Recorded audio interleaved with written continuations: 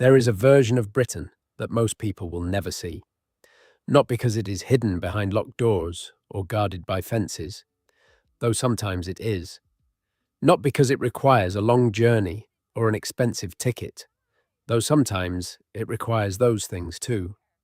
This version of Britain is hidden in a more absolute way. It is hidden beneath your feet, beneath the roads and the car parks and the high streets and the village greens, beneath the medieval churches and the Victorian terraces and the modern glass towers. Beneath all of it, going down and down and down into the dark, there is another world entirely. And tonight, we are going to find it. Get comfortable. Pull the blanket up if you have one nearby. Let your breathing slow down, because what I'm going to tell you tonight is not a short story, and it is not a simple one. It stretches back 2,000 years. It touches every county in England, every corner of Wales, every ancient hill in Scotland. It involves Roman engineers and medieval monks and Victorian visionaries and Cold War bureaucrats and underground rivers that flow silently through the darkness beneath cities that have no idea they exist. Britain has been building underground for a very long time, and in some cases, it has been trying very hard to forget what it built. The story I want to tell you begins, as so many British stories do, with the Romans. But it does not end there. It winds through the centuries like one of those rivers under London, picking up tributaries as it goes, and gathering depth and weight and strange detail until by the time we arrive at the 20th century, we are dealing not with engineering projects, but with secret cities, with government bunkers built into the living rock of hillsides, with tunnels so deep and so quiet that the people who spent time in them said afterwards that the silence had a texture, that it pressed against you like something physical, like a weight you carried in your chest. We are going to move through all of it slowly tonight. There is no need to rush. The underground world is patient. It has been waiting for a very long time already. So let us begin. Chapter 1. What the Romans left behind. The Romans arrived in Britain in 43 AD, and they brought with them an engineering sensibility that the island had never encountered before. They were systematic in a way that the Celtic tribes of Britain were not. They measured things. They planned things on paper before they built them in stone. They had a word, opus, meaning work, and they used it in compound forms to describe different types of construction, with the precision of people who took building extremely seriously. Opus incertum, opus reticulatum, opus mixtum, each one a specific technique, a specific approach, a specific solution to a specific problem. The problem they encountered in Britain, fairly quickly, was the weather. Britain is cold, it is damp. It is the kind of cold and damp that gets into your bones in a way that simple fires, burning in open hearths, cannot adequately address. The Romans were accustomed to the Mediterranean. They had built their civilization around warmth and light, and the kind of dry heat that makes stone buildings comfortable, in a way that stone buildings in Britain simply are not. They needed a solution. The solution they had already invented, centuries before they ever set foot on the island, was called the hypocaust. The word comes from the Latin hypocaustum, meaning underburned, and the mechanism is exactly what the name suggests. You build your floor on a series of short pillars, typically made of stacked tiles, typically about 2 feet high, leaving a void beneath the floor surface. You build hollow box tiles into the walls. Then you light a furnace outside the building, and you push hot air through the void beneath the floor, through the hollow walls, up through vents in the ceiling, and out of the building. The floor above the void becomes warm. The walls become warm. The room becomes, by the standards of a damp British hillside, genuinely comfortable. This is central heating, not metaphorically, not approximately.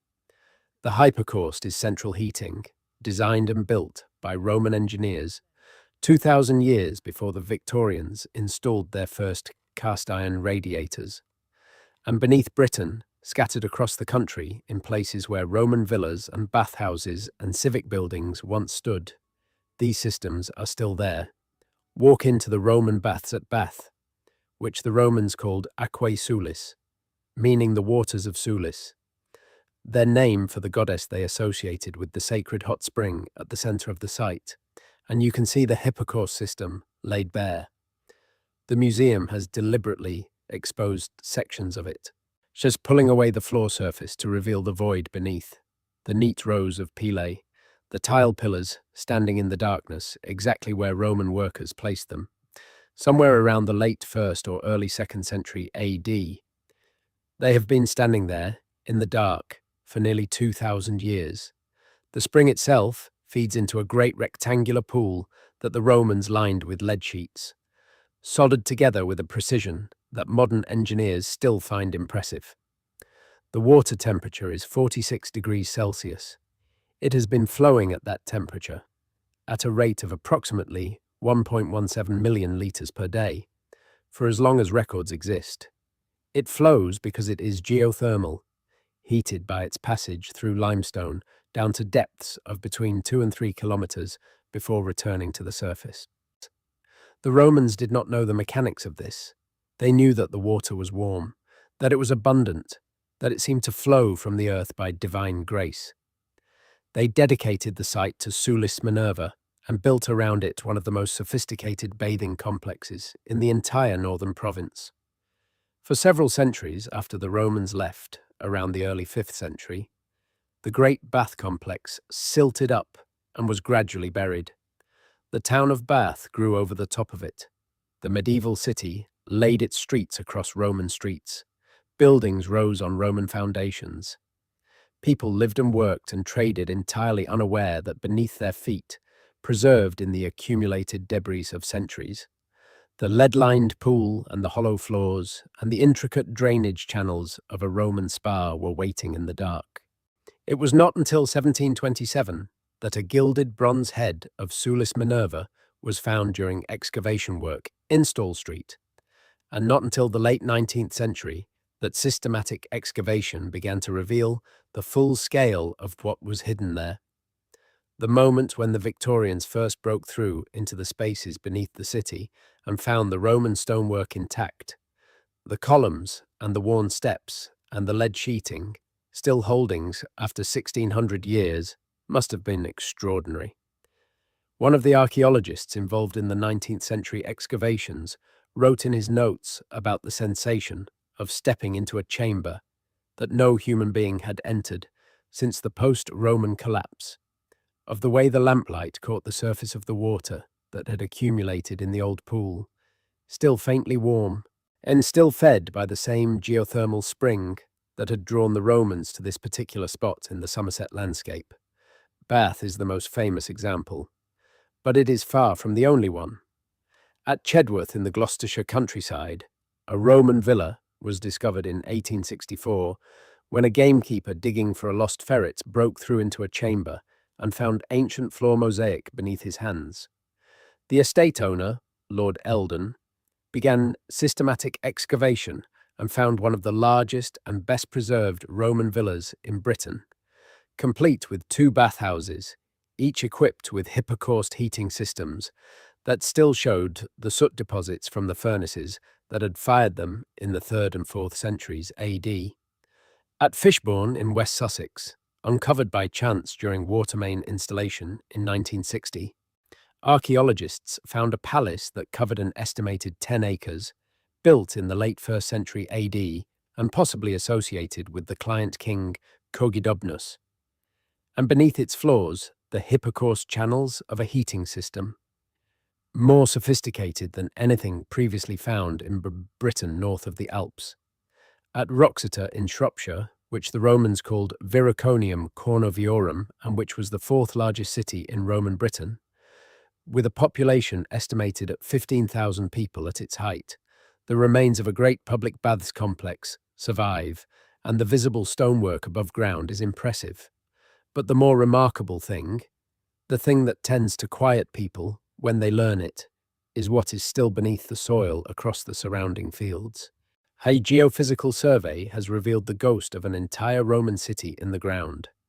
The street grid, the insulae, the forum, the market halls, all of it mapped in soil anomalies and buried foundations. The skeleton of a city waiting in the earth, 2,000 years beneath the fields, and the Romans are only the beginning. Chapter 2. The Medieval Dark. The centuries after the Romans left are sometimes called the Dark Ages, which is not entirely fair to the people who lived through them, because the lights did not all go out at once. The lights changed. The sources of illumination shifted. The monastery replaced the forum as the center of learning and record-keeping. The vernacular languages of the Germanic tribes who settled across the former province created new literatures, new traditions, new ways of making meaning in the world. But underground, during this period, something interesting happened. The people of medieval Britain went down into the earth in extraordinary numbers. Not accidentally, not reluctantly, but deliberately, with purpose and, in many cases, with considerable skill. They dug for many reasons. They dug for water, sinking wells into the chalk and limestone aquifers that underlie so much of southern and eastern England. Some of these wells are of remarkable depth. The well at Woodhall Manor in Suffolk was for centuries claimed to be one of the deepest in England, and the well at Blenheim Palace, dug in the 18th century, but following medieval precedent, descends to nearly 200 metres. They dug for stone, quarrying the soft limestone and sandstone formations that provide the building material for so much of England's medieval architecture. Beneath the town of Nottingham, the soft Triassic sandstone called Nottingham Castle sandstone proved so workable that for centuries the townspeople simply carved their homes and storage spaces directly into it. The result is a network of approximately 800 artificial caves beneath the city, some of them dating to the early medieval period, possibly to the Viking Age, others expanded and modified in the Norman and Plantagenet centuries. Some were used as dwellings, some as storage, some as tanneries, taking advantage of the constant cool temperature. Some were pubs. In the 19th century, the cave pubs of Nottingham were famous across the Midlands, in cool and strange and utterly unlike any other licensed premises in England. They dug for flint. Beneath the chalk downs of Norfolk, at a place called Grimes Graves near Brandon, there is a complex of flint mines that dates back not to the medieval period, but to the Neolithic, to somewhere around 2600 BC, making it one of the oldest industrial sites in Britain. The miners of the Neolithic dug shafts up to 14 meters deep into the chalk, and then cut radiating galleries from the base of each shaft to follow the seam of high-quality floorstone flint, prized from the chalk with deer antler picks. More than 400 shafts have been identified across the site, and visitors today can descend into one of them and crouch in the low radiating galleries and hold a piece of flint in their hands and try to understand that human beings were doing exactly this, in the dark, nearly 5,000 years ago. But the medieval underground feature that tends to most catch the imagination is neither the caves, nor the wells, nor the quarries. It is the tunnels. Britain is riddled with tunnels. This is not an exaggeration. County after county, town after town. The local historical records contain references to tunnels. Tunnels beneath churches, tunnels beneath manor houses, tunnels connecting one building to another, tunnels of uncertain origin, leading in unknown directions to uncertain destinations. Some of them are real. Many of them have been investigated and confirmed. Some of them are folklore, rumor solidified into local legend over the centuries. And some of them are in that difficult middle category, where the tunnel is real and documented, but its full extent, its original purpose, and its exact age remain genuinely unknown. The tunnels beneath Royston in Hertfordshire are not in that middle category. They are definitively real, definitively strange, and they were found in a way so accidental that it is almost difficult to believe. In 1742, a workman was digging a hole to set the foundation post for a bench outside a shop in Royston Main Street. He struck a millstone. His employer, curious, had the millstone removed. Beneath it was a shaft descending into the earth. The shaft widened at the bottom into a circular chamber, approximately 17 feet across and approximately 25 feet deep, cut from the chalk. And the walls of this chamber were covered in carvings. Hundreds of carvings, figure carvings, symbol carvings, inscriptions, images of crucifixions, images of saints, heraldic devices, symbols that have never been satisfactorily identified. The images include what appears to be St. Catherine with her wheel, St. Christopher, the Holy Trinity, King Richard I in a posture associated with the Crusades, a figure that may be the Sheila na gig, the ancient female fertility carving found on many medieval churches in Ireland and Britain. The carvings are densely packed, overlapping in places, executed with varying degrees of skill, suggesting that they accumulated over time, that many different hands worked on many different images across many years. Nobody knew the chamber was there. Nobody, in 1742, had any memory of it.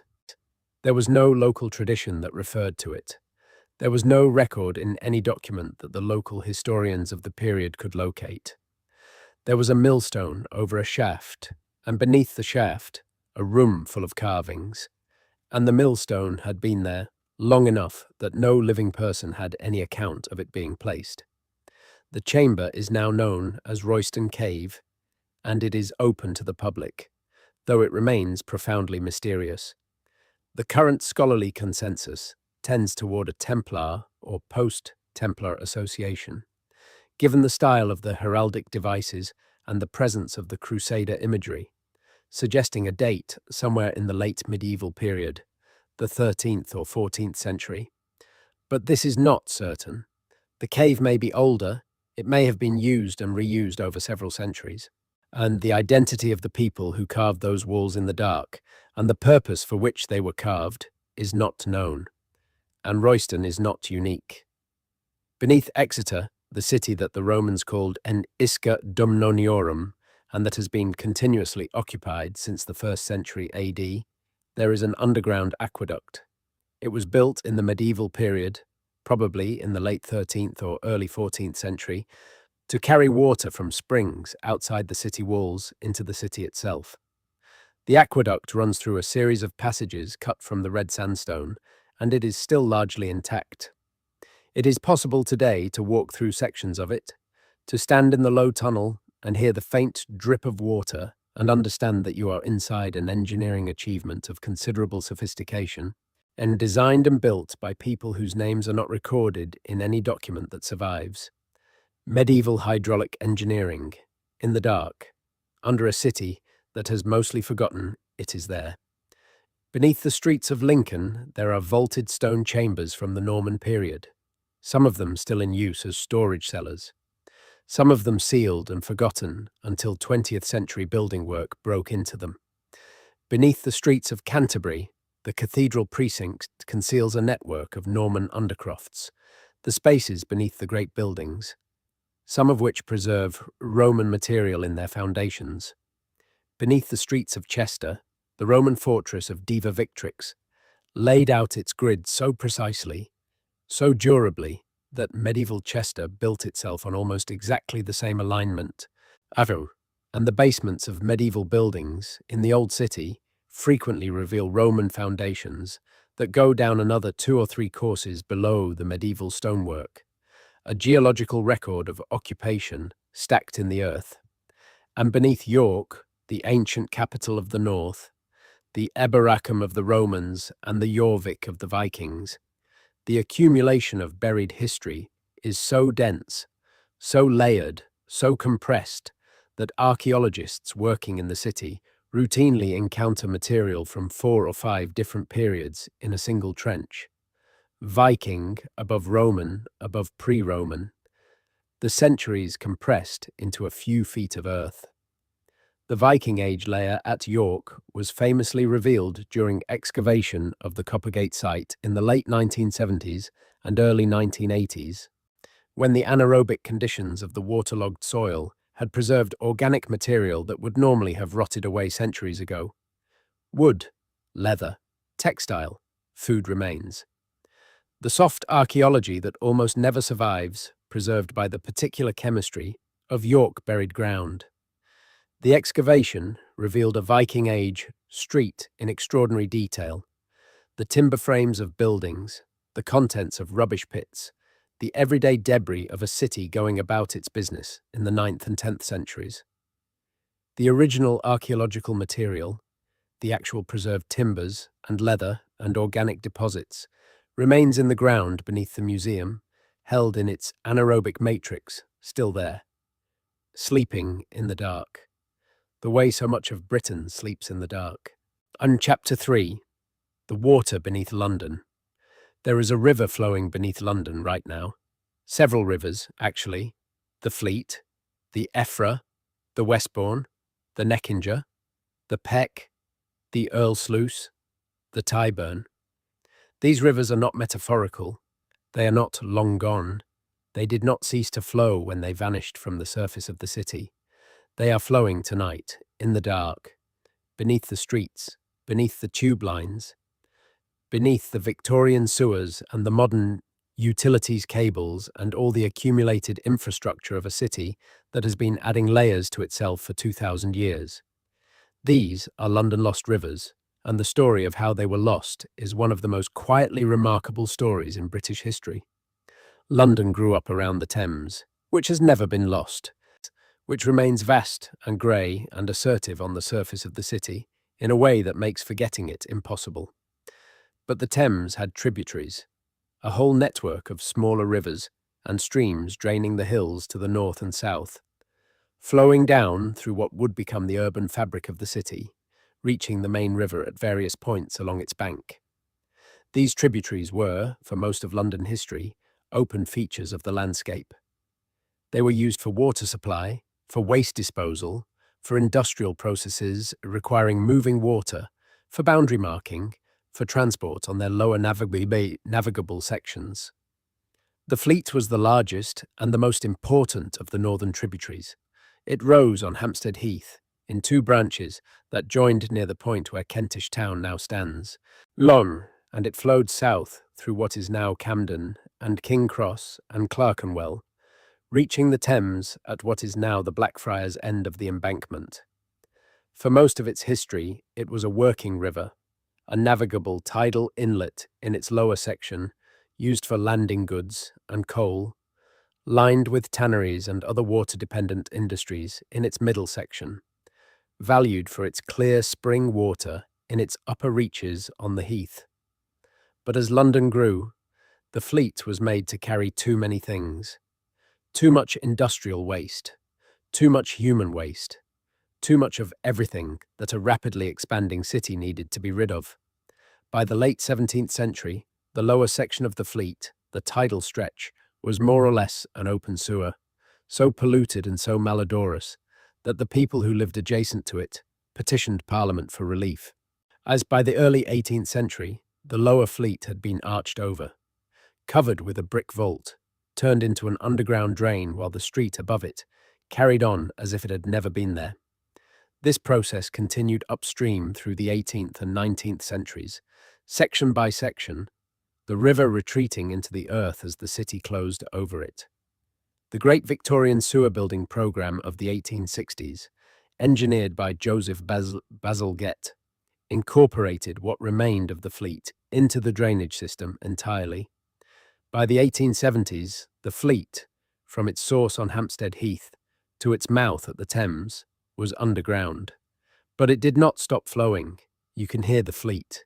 If you go to certain spots in certain street grates in the streets of Farringdon, if you crouch down and put your ear close enough, now you can hear water moving in the dark below. People who work in the modern sewers of central London report hearing it in the tunnels. The sound of a river flowing somewhere in the darkness below the drainage channels they are maintaining. Not a metaphor, not a ghost. Water moving in the dark. The Westbourne has a moment of visibility that has become one of those slightly remarkable things that Londoners and visitors are told about. It crosses the District and Circle Line platforms at Sloane Square Underground Station. Encased in a large iron pipe that runs across the track near the ceiling, visible to anyone who looks up while waiting for a train. The pipe is Victorian, installed as part of the same engineering project that culverted the river, a practical solution to the problem of routing an underground railway beneath a buried river. Oh, the river is in the pipe. The tube is beneath the river. The street is above the tube. 3 layers stacked in the earth beneath a Chelsea pavement, and most of the passengers looking at their phones on the platform below have no idea any of it is there. The Tyburn is harder to find, more effectively buried, its course detectable mainly through historical maps and the occasional anomalous drainage pattern in the streets of Mayfair and Westminster. It rose near Hampstead, flowed through what is now Regent Park, turned south through Marylebone and Mayfair, reached the Thames somewhere near what is now Tate Britain. Its name persists in Tyburn Lane, now Park Lane, and most infamously in Tyburn, the place of public execution at the northeast corner of what is now Hyde Park, Tayston, where the gallows stood from the 12th century until 1783, and where an estimated 60,000 people were executed over those centuries. The river that gave its name to the place of execution flows beneath Hyde Park tonight, and few of the people walking through the park on any given afternoon are aware of it. Now let us talk about Bazalgette. Joseph William. Bazalgette was a civil engineer, born in 1819, and he built what is probably the most consequential piece of infrastructure in British history. Not the most glamorous, not the most visible, not the one that attracts the most tourists, but arguably the one that saved the most lives. By the middle of the 19th century, London was in a sanitary crisis that was, in retrospect, obviously catastrophic, even though the mechanisms were not yet fully understood. Then the population had grown from around 1 million in 1800 to well over 2 million by 1850, and all of those people were producing waste that had ended up either in the ground, in the hundreds of thousands of cesspits dug beneath the buildings, or in the Thames, into which the cesspits drained, and from which London drew much of its drinking water. Cholera came to London in 1831, killing 5,500 people. It came again in 1848, killing 14,600 people. It came again in 1853, killing 10,700 people. The understanding of cholera as a waterborne disease transmitted through contaminated drinking water was not the consensus view in the mid-19th century. The dominant theory was miasma, the idea that disease was spread through bad air, through the smell of rotting organic matter, and this theory found strong support in the olfactory reality of London's situation. Because the Thames by the 1850s smelled absolutely appalling. The summer of 1858 is known to history as the Great Stink. The combination of a hot summer and the river extraordinary pollution load produced an odour of such intensity that Parliament, which sits on the bank of the river, found the smell intolerable. Curtains soaked in lime chloride were hung in the windows facing the river. Committees adjourned. Business was disrupted. Parliament passed the Metropolis Local Management Amendment Act in 18 days, an extraordinary speed by the standards of Victorian legislation, authorising the Metropolitan Board of Works to build a comprehensive sewer system for London, with Bazalgette as chief engineer. What Bazalgette built between 1859 and 1875 is breathtaking in its scale. He built 1,100 miles of street sewers. He built 82 miles of main interceptor sewers. These main interceptors ran roughly parallel to the Thames on both the north and south banks, collecting the waste from the street sewers and carrying it eastward, away from the populated city, to pumping stations at Crossrail on the south bank and Beckton on the north bank, where it was pumped into large reservoirs and discharged into the Thames on the ebb tide, far enough downstream that it would be carried out to sea rather than returning on the flood.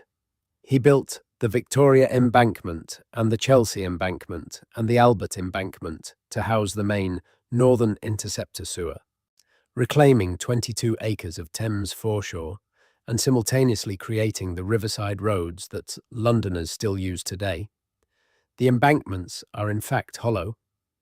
Inside the masonry and the earth that creates the riverside walkway, there is a large brick tunnel carrying the northern, low-level sewer, and alongside it there is a second tunnel carrying the district railway, which opened in 1868. You can walk along the embankment today and never imagine that you are walking above a double layer of Victorian infrastructure, sewer and railway, both still functioning, both still doing, essentially, what Bazalgette designed them to do in the 1860s. The sewers worked. Cholera came to Britain again in 1866, but in London it was largely confined to a single district, Whitechapel, where a water company had not yet connected to the new system and was still drawing from a contaminated source. When the system was fully operational, cholera did not return to London. The death rate from all causes fell, dramatically and permanently. Bazalgette was knighted in 1875. He died in 1891. There is a memorial to him on the Victoria Embankment, a bronze bust above a stone tablet. Appropriate recognition for a man whose work is underground, invisible, and yet everywhere. The Victorian sewers are still there, still functioning. You can tour sections of them. Thames Water and various specialist tour operators offer occasional public access to sections of the network, and people who have done these tours describe the experience in strikingly consistent terms. The scale is the first thing that hits you. These are not tight conduits. Bazalgette built them large, deliberately oversized by the standards of his time, because he calculated the population of London as it then was, and then, reportedly, doubled his estimates before finalizing the dimensions. He was building for a future he could only guess at. The main egg-shaped brick tunnels are tall enough to stand upright in. They are beautifully made, the brickwork precise and regular, the mortar joints tight. The proportions are almost architectural. Down in the dark, where nobody has ever been expected to admire it, Bazalgette sewers are built with the craft quality of a public building. He was building forever, and he was right. Chapter 4: Chalk and Caves.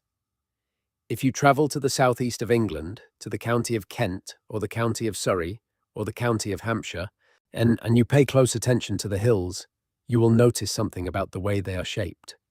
They are rounded and smooth in a particular way. They have a particular quality of whiteness, where their slopes have been cut, where road cuttings or coastal cliffs expose them to the air. This whiteness is chalk. The North Downs and the South Downs and the Chiltern Hills and the Hampshire Downs are chalk formations, ancient seabed sediment deposited during the Cretaceous period, between about 100 million and 66 million years ago, when what is now southern England lay beneath a warm shallow sea and the calcareous remains of tiny marine organisms fell continuously to the bottom, accumulating in beds hundreds of meters thick. When the sea retreated and the land was uplifted, the chalk was exposed, and rain and rivers began to work on it, dissolving it slowly, carving valleys, creating the characteristic rolling landscape of the English South. Chalk is porous. Rain falls on it and soaks straight through, trickling down through the rock until it reaches the water table, where it accumulates in aquifers. There are no surface streams on chalk hills. The water goes underground. This is why the rivers of the chalklands are so clear and cold. The Test and the Itchen in Hampshire, the Kennet in Berkshire. These chalk streams spring from the aquifer and run over gravel beds polished clean by the current. The water so transparent you can see every individual stone on the riverbed. But chalk does something else. When chalk is wet and under pressure, it dissolves. Not quickly, but over the centuries, chalk moves and creates voids. And in some places, these voids are large enough to notice. The most dramatic underground chalk landscape in Britain is beneath Box Hill in Surrey, where the Victorians quarried the chalk on an industrial scale and left behind a network of passages that extends for several miles beneath the hill. The Box Hill passages are not natural. They were cut by hand by quarry workers who followed the chalk seams in search of a particularly hard and dense variety of the material, a grey-blue chalk called clunch that was used as a building stone in the centuries before. More durable alternatives were widely available. Westminster Hall, the oldest surviving part of the Houses of Parliament, built between 1097 and 1099 by William Rufus, used clunch in its construction. The passages beneath Box Hill today are mostly inaccessible to the public, and partly for safety reasons, partly because they are dark and cold and confusing in the way that underground passages tend to be when they have been cut without a systematic plan, following the material rather than a predetermined route. But explorers who have accessed them describe a landscape of unexpected beauty. The grey-white chalk walls cutting clean in the lamplight, the geometry of the cuts precise and sharp, the silence absolute. Not far from Box Hill, beneath the town of Reigate, there are caves of a different kind. The Reigate Caves are a network of man-made tunnels cut from the greensand, a different geological formation from chalk but equally workable, that underlies the centre of the town.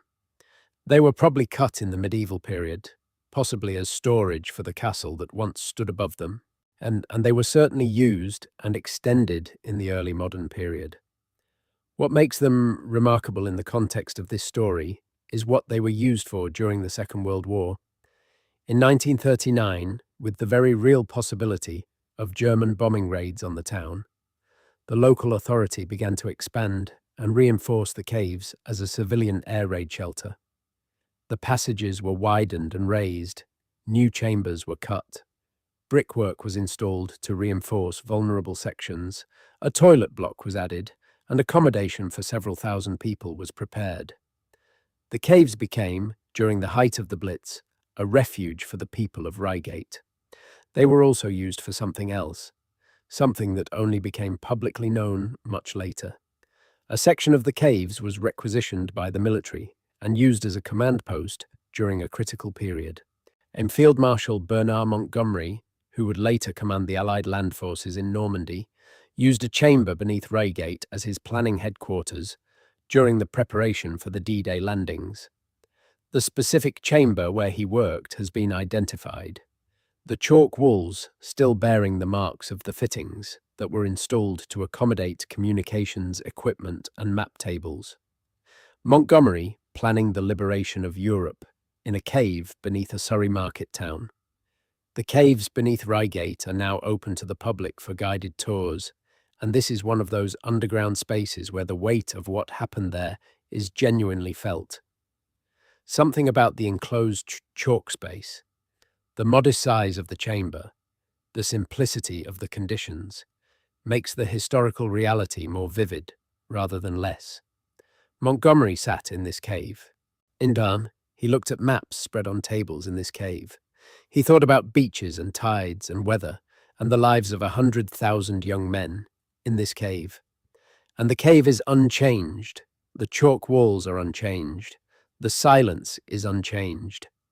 That silence is one of the things about underground Britain that people consistently mention and consistently find difficult to describe adequately. It is not the silence of a quiet room. It is not the silence of a field at night. It is a different quality of silence, created by the mass of earth and rock above you, which absorbs sound rather than reflecting it, which holds it in the way a thick blanket absorbs sound in a bedroom, but more completely.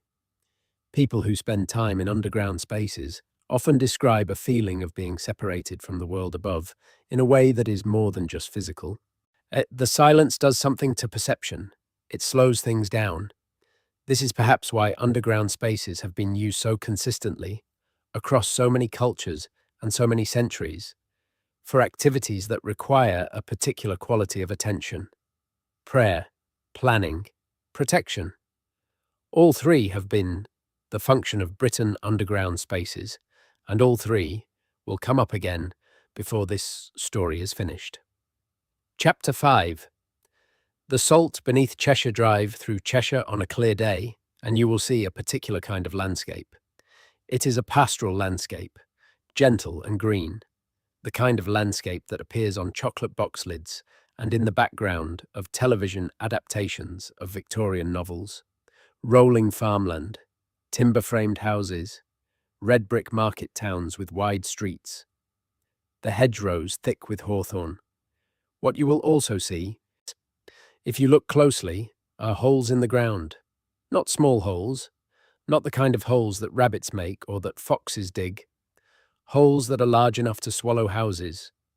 Holes that have swallowed houses, actually, or at least houses have fallen into them, and roads have collapsed, and fields have dropped by several meters in what is called, in the unnerving geological vocabulary of the Cheshire Plain, subsidence.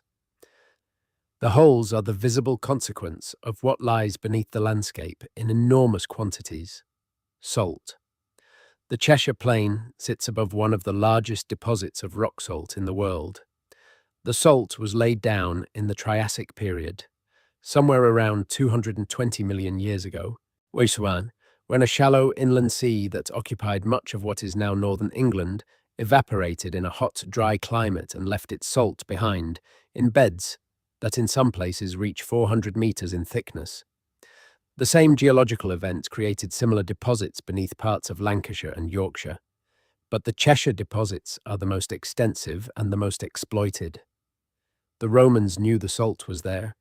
They called the town at the heart of the salt region Condate, and the town name in modern form, Nantwich, Middlewich, Northwich. The wich suffix in all of those Cheshire names means salt working place, from the Old English wick. The salt towns of Cheshire carry the record of their industry in their names. Industrial-scale salt production changed the landscape. By the 17th and 18th centuries, demand for salt had grown enormously, driven by the fishing and meat preservation industries, and the brine springs were no longer sufficient. Salt companies began to pump water into the rock and pump the resulting brine back out, effectively dissolving the underground salt deposits from above and extracting the result as a liquid. This worked extremely well for salt production. It worked less well for the landscape above. When you dissolve the underground salt and pump it away, you're removing material from beneath the ground. The rock above the void is unsupported. It moves, it subsides. The ground above subsides. This process, called natural brine pumping, caused extensive and ongoing subsidence across the Cheshire Plain throughout the 18th and 19th centuries. Houses cracked, roads sank, fields developed sudden depressions that filled with water, and the town of Northwich, the centre of the salt industry, suffered repeated subsidence events, and buildings there were traditionally constructed with a degree of structural flexibility built in, designed to be propped and levelled when the ground moved rather than demolished. There is a phenomenon in Cheshire called a flash, which is the local name for the shallow subsidence lakes that form when the ground drops into the space, left by the extracted salt. Some of these flashes are now valuable wildlife habitats, with the irony that a product of industrial destruction has created ecosystems that conservationists work hard to protect. In the town of Winsford, in the centre of Cheshire, there is a salt mine that is still operating. The Winsford Rock Salt Mine, which began underground operations in 1844, has been continuously producing road salt for over 170 years. It now extends across an area of approximately 10 square miles, 300 metres beneath the surface of Cheshire, an underground city of worked passages and excavated chambers stretching for hundreds of miles. The rock salt underground is a deep red-brown colour, unlike the white of refined salt, stained by the iron oxide that was present in the original Triassic sediments. The pillars left standing to support the roof are of the same red-brown material, and in the lamplight of the mine, they have a warmth and richness quite different from the grey utility most people expect of a working mine. During the Second World War, and in the decades that followed, several sections of the mine were used for the storage of valuable materials. The constant temperature underground, which hovers around 15 degrees Celsius, regardless of the season above, the very low humidity created by the hygroscopic salt surrounding the chambers, and the absolute security of a site 300 meters below the surface made the mine attractive to organizations needing long-term stable storage. The Public Record Office stored some of its most sensitive historical documents in the mine during and after the Second World War, including materials that were considered both irreplaceable and potentially at risk from bombing. The National Portrait Gallery used sections of the mine for the storage of works from its collection. There is a particular quality to the knowledge that official documents and treasured paintings sat in the salt-stained darkness 300 meters below Cheshire, while the world above them went through the worst war in history. It is not an uncomfortable image. It is actually rather a reassuring one. Down there, in the red-brown salt, in the 15-degree silence, the records kept, the paintings kept. Whatever was happening above, the underground was patient. Chapter 6. The Hellfire Club and the Caves of West Wycombe. The road between the Wycombe towns runs through the Chiltern Hills, and on the hillside above the road, visible from a considerable distance, there is a church. It is not an unusual-looking church from the outside, a modest English parish church, St. Lawrence, sitting on the top of a natural hill in the way that English churches often do. But on top of the tower, added in the 18th century by a man with very particular ideas about what a church tower should display, there is a large, hollow, golden ball, large enough to seat 6 people inside it, which the man who built it used as a location for what one contemporary account described as the most beautiful sunsets in England, consumed in the company of bottles of champagne. The man was Sir Francis Dashwood, 2nd Baronet, Member of Parliament, Postmaster General, Chancellor of the Exchequer, and founder of the organisation that gave itself several names over the years: the Brotherhood of St. Francis of Wycombe, the Monks of Medmenham, and most infamously, the Hellfire Club. What is documented is this: Sir Francis Dashwood, between approximately 1749 and 1762, hosted gatherings of a group of men who called themselves the Knights of St. Francis at 2 locations. The first was Medmenham Abbey, a ruined medieval monastery on the Thames near Marlow, which Dashwood leased and refurnished with a deliberate mixture of Gothic atmosphere and Libertine decoration. The second was a network of caves in the hillside beneath West Wycombe Church, which Dashwood had excavated as part of a road improvement project. The chalk spoil from the caves being used to surface the new road, but the caves themselves being designed and decorated for the use of the club. The members of the club were wealthy, educated, well-connected men, several of them significant figures in British political and cultural life. John Montagu, as the 4th Earl of Sandwich and the man who gave his name to the sandwich; John Wilkes, the radical journalist and politician; the painter, William Hogarth; Benjamin Franklin, who visited England repeatedly in this period and was acquainted with several members. What the meetings involved, as far as the historical record tells us, was dining, drinking, political discussion, and a certain amount of theatrical irreverence toward organized religion, which Dashwood and several of his associates regarded with contempt fashionable among the intellectual elite of the period.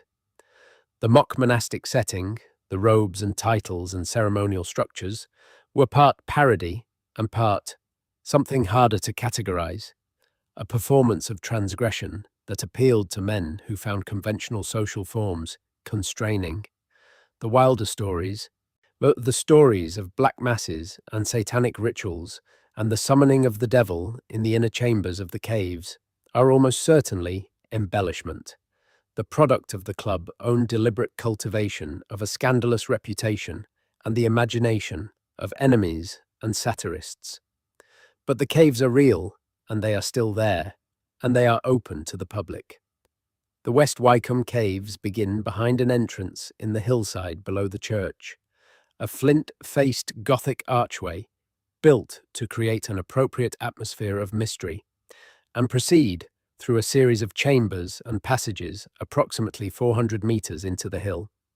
The chambers have names: the banqueting hall, the inner temple, the triangle, the River Styx, which is an underground stream that still flows through the lower section of the caves.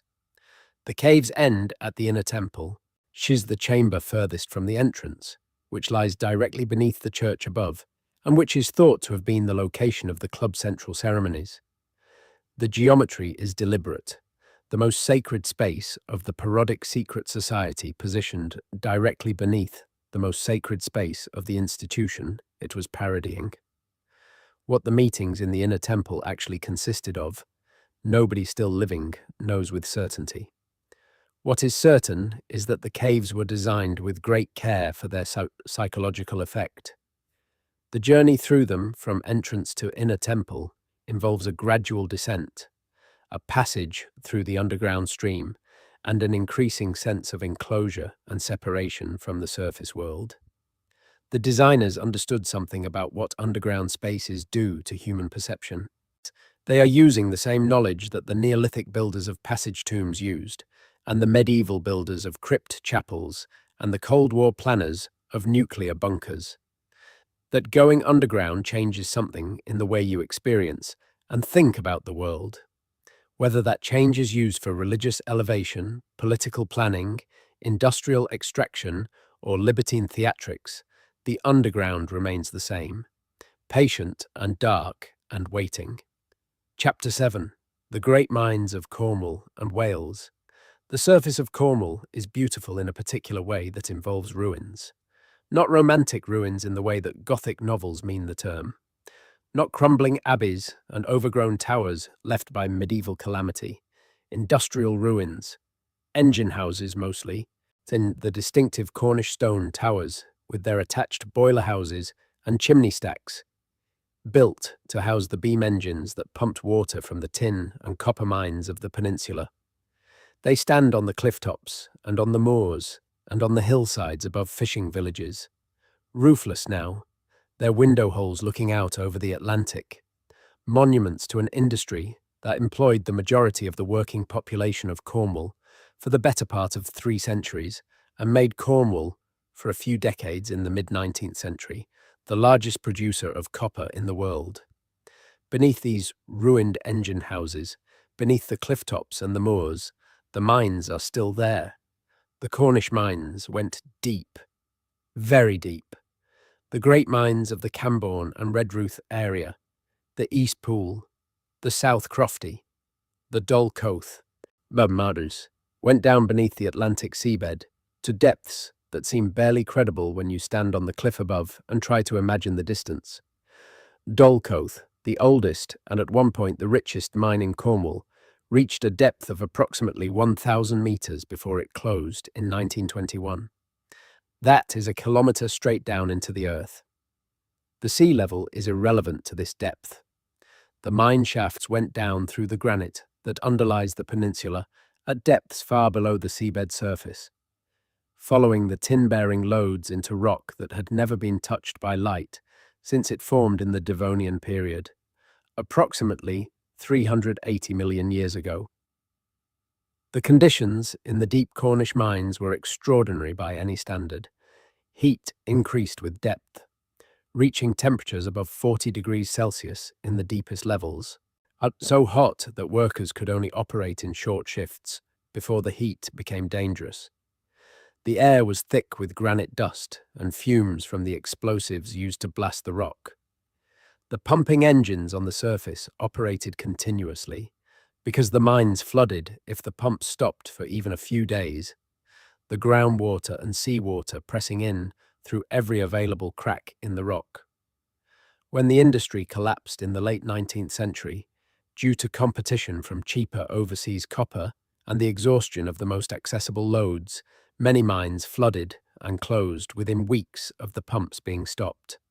The water rising silently in the shafts and chambers until it reached equilibrium with the water table outside. South Crofty, the last working tin mine in Cornwall, closed in 1998 and is still partially flooded.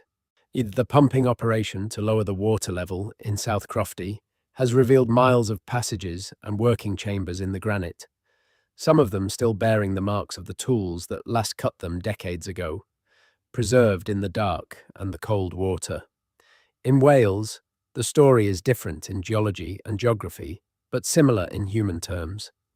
The slate mines of Snowdonia are among the most visually dramatic industrial landscapes in Britain. The great terraced faces of Penrhyn and Dinorix quarries cut into the mountainsides like the amphitheatres of giants, the waste tips spreading across the valleys in enormous fans of broken blue-grey stone. But it is the underground slate mines that concern us here, and the greatest of these is Letchwed, above the town of Blaenau Festiniog.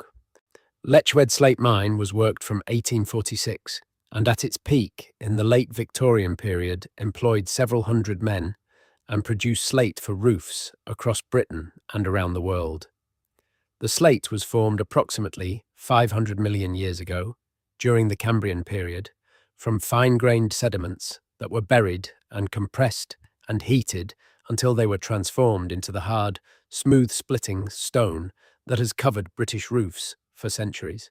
The underground workings at Letchwed extend for approximately 25 miles of passage and chamber at multiple levels, connected by inclined tramways and lifts that carried the workers down and the slate up. The chambers are enormous, cathedrals of dark rock. The arched roofs carved by a century of skilled labour into shapes that have a quality of the intentional about them, and as if the mining engineers had a design aesthetic as well as a practical one. There is a sound in Letchwed that visitors mention, and that is specific to this underground space, a kind of resonant near silence, broken intermittently by the sound of water dripping from the roof of the chambers, each drop falling in a slightly different acoustic register depending on where in the chamber it lands, a natural musical irregularity that fills the silence without diminishing it. The people who carved these chambers worked in conditions of extreme physical difficulty, in the dark and the wet and the cold, breathing slate dust that damaged their lungs and shortened their lives. They are gone. The chambers remain. Chapter 8. The First World War and the Tunnellers. In September 1914, 6 weeks after Britain entered the First World War, the opposing armies on the Western Front in Belgium and France dug themselves into the ground. They had been trying to outflank each other, moving north in what military historians call the race to the sea, each side attempting to get around the open flank before the other did the same. By the time they reached the coast, both flanks were secure, and the armies faced each other across a narrow strip of ground, and they dug in. They dug trenches, and the trenches linked to other trenches, and the trench systems grew in complexity and length until by early 1915 there was a continuous line of fortification, running from the Belgian coast to the Swiss border, nearly 500 miles, and neither side could get around it. This created a military problem without recent precedent, and the solution that both sides pursued was to go under it.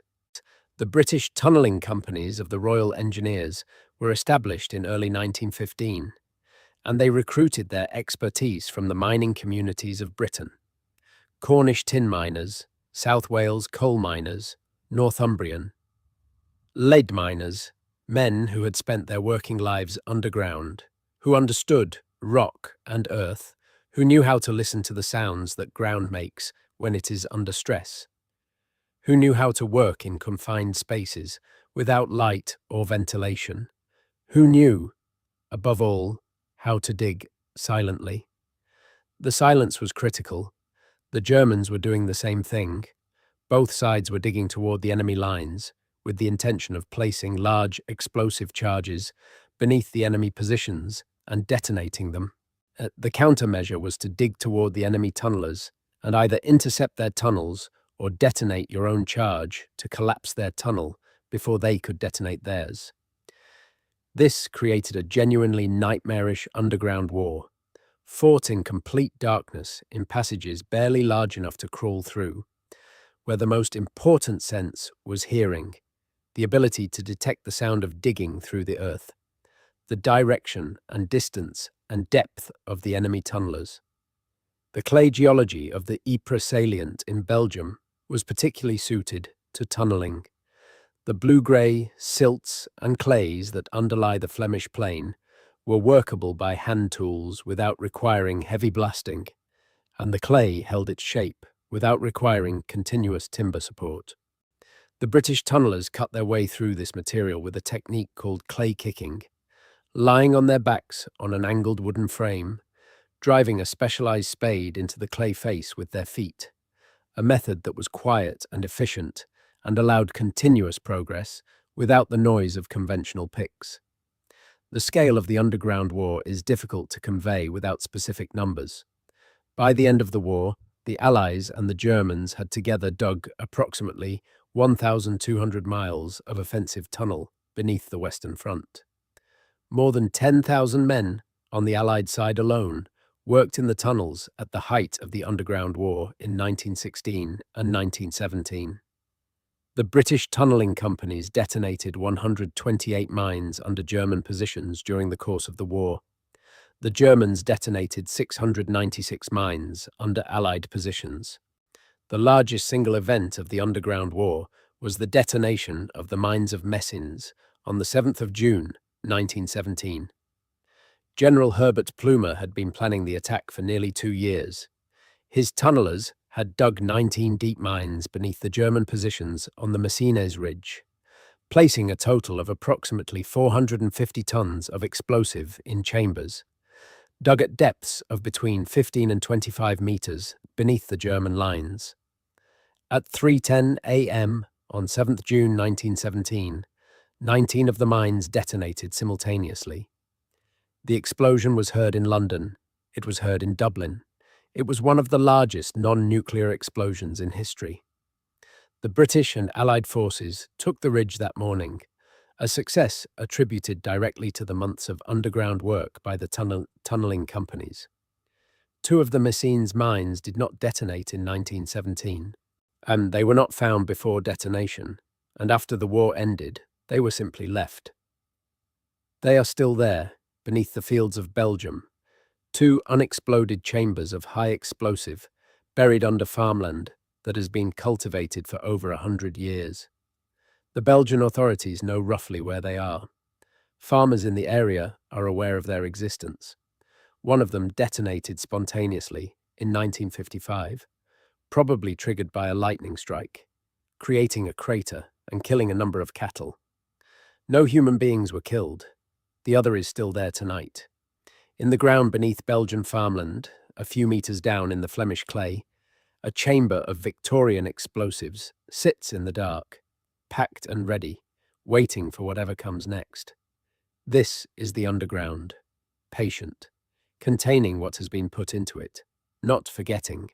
On Chapter 9, The Secret City Beneath Burlington. In the early 1950s, the British government was thinking very hard about a specific question that had not previously been necessary to think about. What happens to a government when the country it governs no longer exists? The question was raised by the atomic bomb.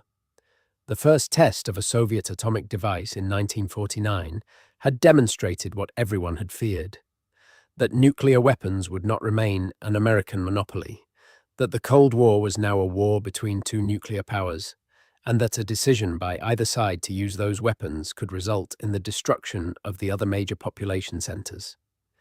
If Soviet bombers struck London, what would survive? What could be made to survive? Where would the Prime Minister and the Cabinet and the Civil Service go, and to continue governing whatever portion of the country remained? These were urgent questions, and the answers to them were built in stone. The Burlington Project, whose official code name was Project Turnstile, and whose existence was not officially confirmed until 2004, was the largest underground construction project in British history. It was built inside and around an existing system of quarry tunnels in the Oolithic limestone beneath Corsham in Wiltshire, a location that had already been identified as having military underground potential during the Second World War, when the tunnels had been used as an aircraft factory and an ammunition depot. The limestone around Corsham is the Bath stone that built so much of the city of Bath and the Georgian architecture of the surrounding region, and a pale golden limestone that is workable when first quarried, but hardens on exposure to air, making it ideal both as a building material and as a medium for underground construction. The quarry tunnels that became Burlington extended for miles beneath the gentle Wiltshire landscape, at a depth of approximately 35 metres, deep enough to provide significant protection against conventional bombs and, the planners hoped, against the blast effects of nearby nuclear detonation. What was built inside these tunnels between approximately 1955 and 1961 was not a shelter in the ordinary sense. It was a city. Burlington, at its completion, covered approximately 240 acres of underground space. It had a planned capacity of 4,000 people, the core of the wartime government, including the Prime Minister, the Cabinet, senior civil servants, and the essential military command structure. To house these 4,000 people in conditions that would allow them to function as a government for the assumed duration of a nuclear war, approximately 3 months, Burlington was equipped with everything a small city requires. There were sleeping quarters, organized in blocks, utilitarian but functional. There were offices, hundreds of them, laid out in a town planning grid of underground streets. There were 2 BBC broadcasting studios. There was a telephone exchange. There was a power station with its own diesel generators. There was a water supply drawn from the existing aquifer that underlies the limestone, purified and stored in underground tanks. There was a hospital. There was a kitchen capable of feeding 4,000 people 3 meals a day. There was a pub, the Rose and Crown, a small licensed bar installed because the planners decided that social facilities would be necessary for the maintenance of morale. And there was a lake. This is the detail that most consistently stops people when they first hear it. In the deepest section of Burlington, there is a body of water that accumulated in the quarry workings during their operational life, and that was retained in the Burlington scheme rather than pumped out. The lake stretches through several of the larger caverns, reflecting the lights of the facility in its dark surface. In the context of a nuclear shelter designed to house the government through the end of the world as it existed, there is something about the lake that is almost too much to process. A lake, underground, in Wiltshire, beneath the Prime Minister office. Though Burlington was maintained in operational readiness from approximately 1961 until 2004. It was stocked with food and supplies. It was staffed with a skeleton maintenance crew. The diesel tanks were kept full. The BBC studios were kept functional. For over 40 years, the underground city sat ready, waiting for the telephone call that would bring 4,000 people from Whitehall and the Ministry of Defence and the BBC and the military commands to the road entrances in the Wiltshire countryside and take them down into the limestone dark to govern the ruins of Britain. The call never came. In 2004, Burlington was officially decommissioned. In 2012, the government made the site officially public knowledge for the first time, and a small number of journalists and later the general public were given access to sections of the facility. And the descriptions they brought back are consistent in their tone. Surprise at the scale, surprise at the degree of preservation, and a certain quality of uncanny that is difficult to attribute to any single feature. The uncanny quality comes from the specificity of the preparation. Burlington was not built as an abstract contingency. It was built for actual named people to actually live in, for an actually imagined period of time, after an actually imagined catastrophe. The desks in the offices are not generic desks. The bedroom allocations reflect a specific hierarchy. a specific government structure, a specific set of assumptions about who would survive and who would need to be housed together for the effective functioning of a post-nuclear administration. And walking through Burlington is walking through a very detailed plan for a catastrophe that did not happen. The plan is preserved in the limestone. The catastrophe went somewhere else. Chapter 10. Crossrail and the Bones of London. In 2010, the largest infrastructure project in European history began construction beneath London. The Crossrail project, now called the Elizabeth Line, was designed to create a new east-west rail route through the centre of London, with the central tunnel section bored beneath the city for approximately 42 kilometres. Building a tunnel through central London is an exercise in archaeology as much as engineering. London has been continuously occupied for approximately 2,000 years. In that time, Londoners have buried, accidentally and deliberately, an enormous quantity of material. And the Blitz destroyed large sections of the city and buried the debris in place rather than removing it. Before the Blitz, the Victorian and Georgian rebuilding buried earlier material. Before that, the Great Fire of 1666 buried the medieval city. Before that, the Norman city buried the Saxon city, which had in some areas been built on the Roman city. The Crossrail archaeologists, working ahead of the tunnel-boring machines, excavated at 40 sites across London and found all of this compressed history in extraordinary abundance. They found a Roman road, precisely as the historical maps suggested there should be one, running through Spitalfields at a specific angle that preserved its alignment in the soil anomaly visible in the trench. They found a medieval burial ground at Liverpool Street Station, Mound, containing the remains of approximately 3,000 people, some of whom dated to the Black Death of 1348, identifiable by the mass burial characteristics of the pit and by the DNA evidence of Yersinia pestis, the bacterium responsible for bubonic plague, recovered from the dental pulp of some of the skeletons. They found, at Charterhouse Square in Clerkenwell, a burial pit containing 25 skeletons arranged in rows, compactly placed, that dating confirmed as from the mid-14th century, the period of the Black Death. Chemical analysis of the dental enamel of some of the individuals revealed isotopic signatures, suggesting that several of them had not grown up in London at all, but in other parts of Britain, possibly migrants who had come to the city in the years before the plague and died there. They found, at Fisher Street, near Farringdon, a Victorian culvert built to carry the Fleet River underground, and beneath it, the original medieval brick arch of an earlier culvert built to manage the same watercourse, and beneath that, evidence of the natural river channel itself, the original fleet flowing in its unmodified course through the Holocene gravel, the sequence of interventions stacked in the earth in precise historical order, and at Tottenham Court Road Station in the foundations of a Georgian terrace that was demolished as part of the surface works. They found something that none of the archaeologists had expected. They found evidence of human occupation before the last ice age. Not Roman, not prehistoric Bronze Age or Neolithic or Mesolithic, earlier than all of those.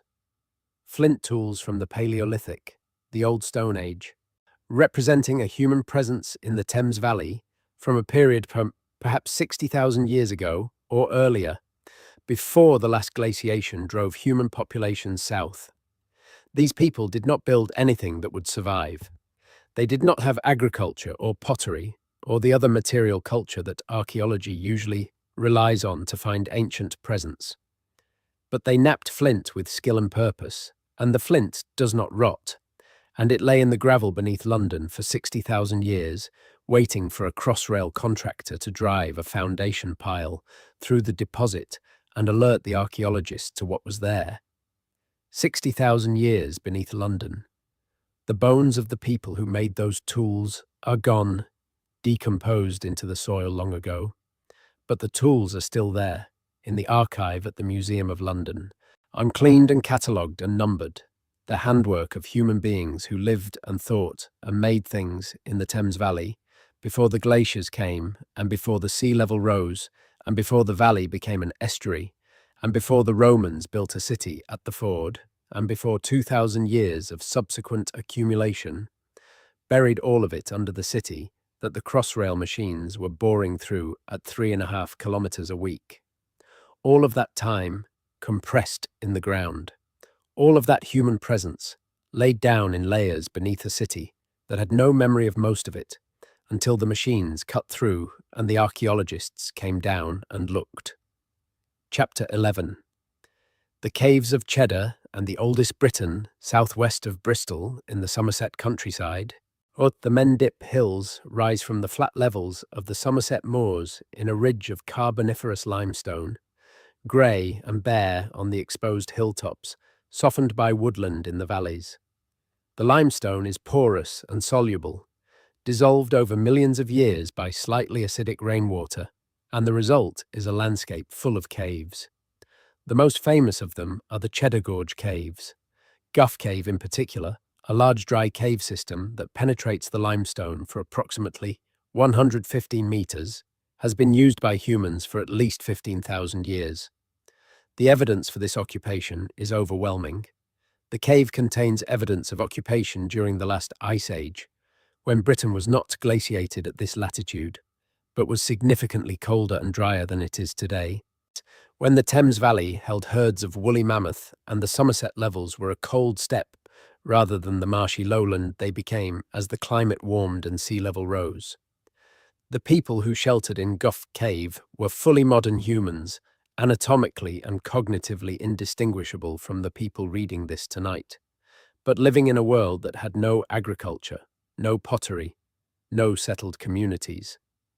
They ate horse primarily, and aurochs, the wild ancestor of domestic cattle. And they did something else, something that was discovered in the 20th century when archaeologists examined the cave deposits more carefully than they had before. They processed human remains.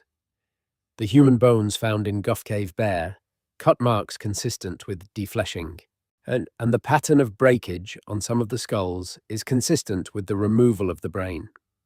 Some of the skull fragments have been shaped into what appear to be cups or bowls, the edges deliberately smoothed and refined after the skull was opened. The interpretation of these findings is contested. It may represent ritual treatment of the dead. It may represent cannibalism.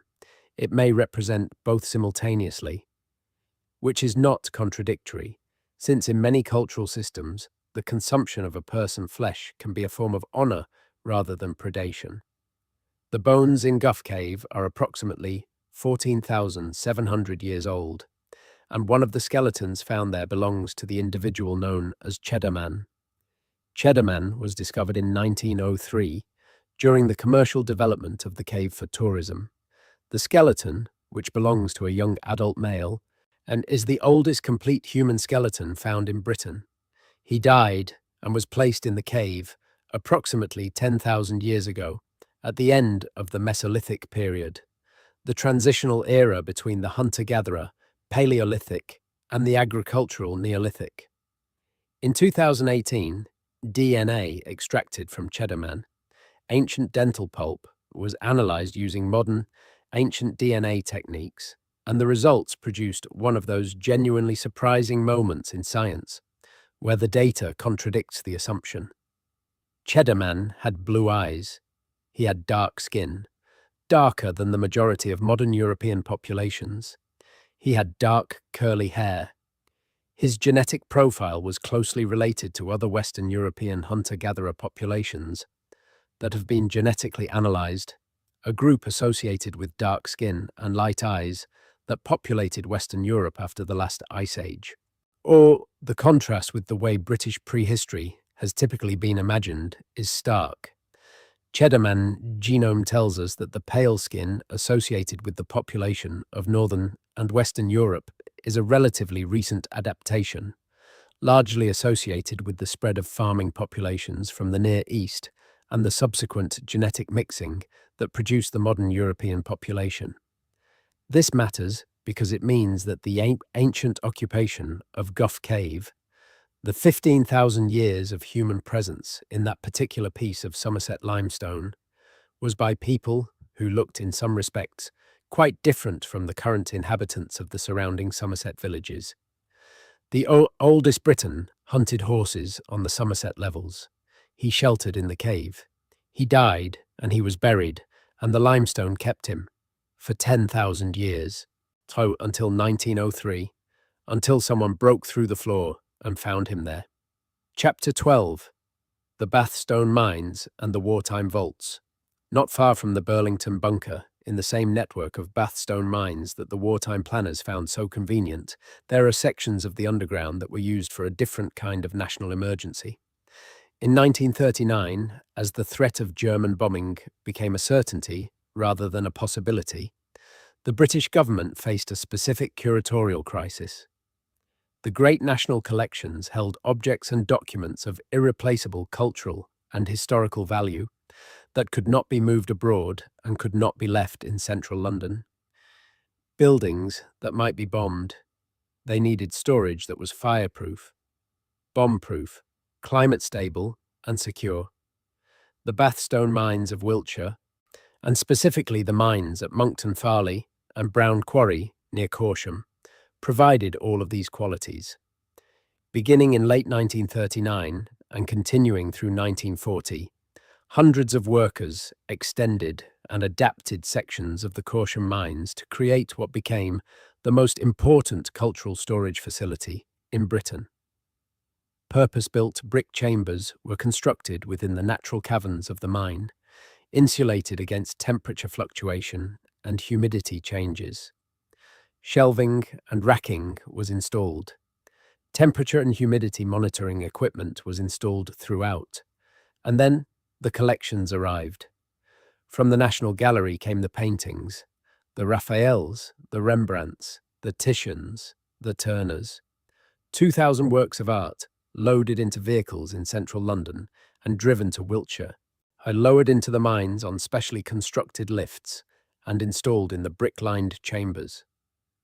The Elgin marbles came from the British Museum. Documents from the Public Record Office, including original copies of Domesday Book, completed in 1086 on the orders of William I as a survey of the landholdings of his new kingdom, came into the mine. Domesday Book, one of the most important administrative documents in English history, spent the Second World War in a limestone mine in Wiltshire. The conditions in the mine were, as the planners had hoped, extremely stable.